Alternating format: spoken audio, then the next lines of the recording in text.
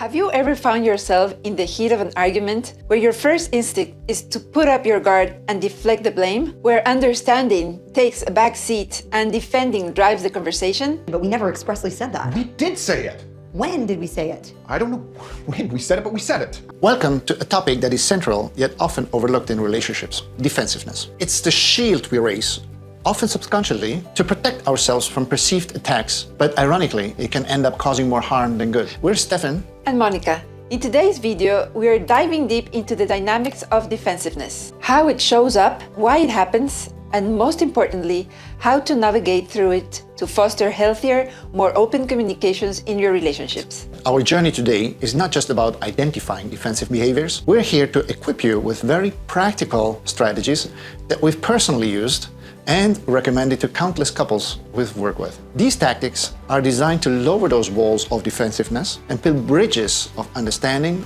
and empathy.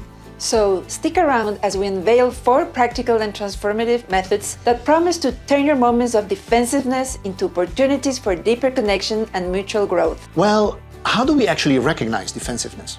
How does it sound like? See if you can spot some of those signs in your relationship. Here are a couple of examples. It's not my fault. You're the one who started it. I wouldn't have done it if you hadn't pushed me. I'm not to blame here. You're just overreacting.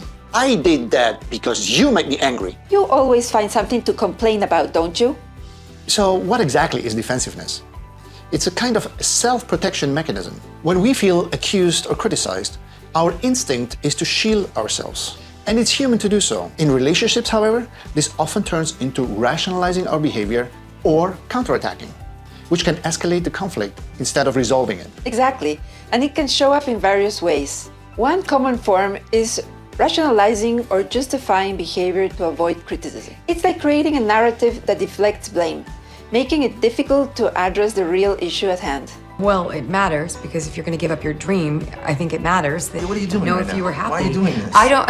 I thought you wanted me to do this. It just sounds like now you don't want me to do it. Another red flag is counterattacking when feeling accused. Instead of listening and addressing the concern, the immediate reaction is to launch into a counteroffensive. It's a classic defensive maneuver that turns a potential moment of understanding into a battleground. I didn't call you quick. No, I didn't. You know what, Gary? I asked you to do a very simple thing, to bring me 12 lemons, and you brought me 3.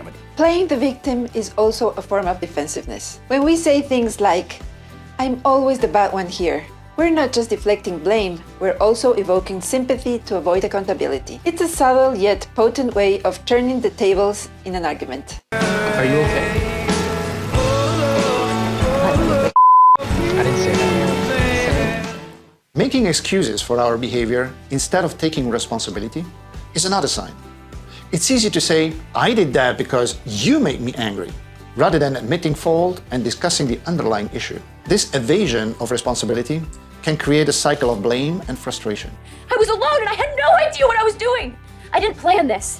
I didn't know that it was gonna happen to me. And let's not forget the classic "yes, but" response. It's a way of acknowledging a point only to quickly undermine it with a contra-argument. This not only blocks meaningful dialogue, but also sends a message that the other person's feelings or opinions are less valid. These behaviors are more common than we might think and can be deeply ingrained. Recognizing them in ourselves and our partners is the first step towards changing the dynamic in our conversations and interactions. As we move forward, remember that the goal is not to point fingers, but to understand these patterns and learn how to shift them into more positive and constructive forms of communication. Now that we've identified defensiveness and its manifestations, let's explore how we can transform this behavior into a force for positive change in our relationship. 4 effective and practical strategies. To make them easier to remember, think of the acronym RICH. Yes, R-I-C-H, RICH. Absolutely, Stephan. Our first strategy starts with R. It is the art for relax and open technique. When you feel defensive, try this. Relax your shoulders and open up your posture. Anchor your feet firmly in the ground and take a deep breath. This helps to physically open up your posture, making you less likely to adopt a defensive stance. Then share your thoughts. You'll find yourself in a less defensive state, more present to both yourself and your partner. A second strategy, starting with I, is linguistic. Replace statements like "you make me feel" with I'm curious. What do you think I or we could learn from this? It's also called the 2% rule. What if there was a tiny bit of truth in what my partner said? Just a tiny bit, maybe only 2%. If so, what could I or we learn from this? This reframing shifts the focus from blame to gaining insights and from a self-centric viewpoint to a collaborative one. Another powerful change in language pattern starts with C. Instead of responding with a yes, but, try asking, can you tell me more about why you feel this way? This can work like magic. Starting with can you helps us shift from a defensive rebuttal to an open-ended question that encourages dialogue and understanding. A powerful win for the couple. It's also called kick the butt on the butt.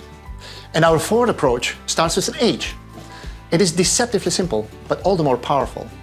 It's the harmony hug. Before and after difficult conversations, share a hug with your partner. This physical reassurance can help both of you feel more secure and less prone to defensiveness. It's a simple yet powerful way to foster connection and empathy. So in summary, whenever you feel tempted to get defensive, remember the simple acronym, RICH. First, relax your body, open your posture. Second, say, I'm curious instead of you make me feel. Third, say, can you tell me more instead of yes, but. Fourth, the harmony hug. Share a hug with your partner. Remember these 4 steps and you might discover how differently your relationship can evolve. Finally, let's add a playful element to tackle defensiveness. Role reversal roulette. Write down your viewpoint on a recent disagreement in 100 words or less. Then swap places and read each other's perspectives. Start by summarizing your partner's viewpoint until they confirm you've got it right. This exercise tends not only to be fun, it also encourages active listening and understanding, making it harder to fall into defensive patterns. Implementing these strategies can significantly reduce defensiveness in your relationship. It's about shifting from a reactive stance to a more understanding and open approach. Remember, stepping away from defensiveness is stepping towards trust, empathy, and genuine connection. So embrace these strategies and watch your relationship transform from a battleground of egos to a sanctuary of understanding. So if you ever feel stuck or need a reminder, revisit these tips and remember, you're building something beautiful together. And don't forget, if you're curious to learn more about relationship dynamics, take our quiz.